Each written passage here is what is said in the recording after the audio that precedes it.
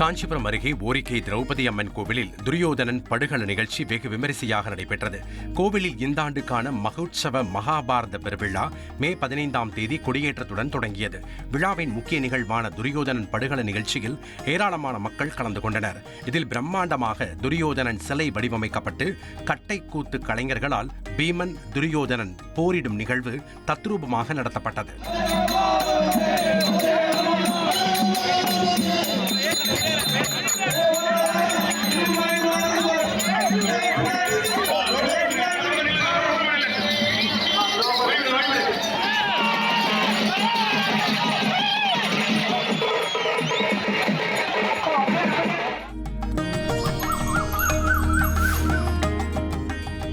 ராகுஸ்தலம் என போற்றப்படும் கும்பகோணம் அடுத்த திருநாகேஸ்வரம் நாகநாத சுவாமி கோவிலில் 1 மணி நேரத்தில் 10,000 பேர் தரிசனம் செய்தனர்.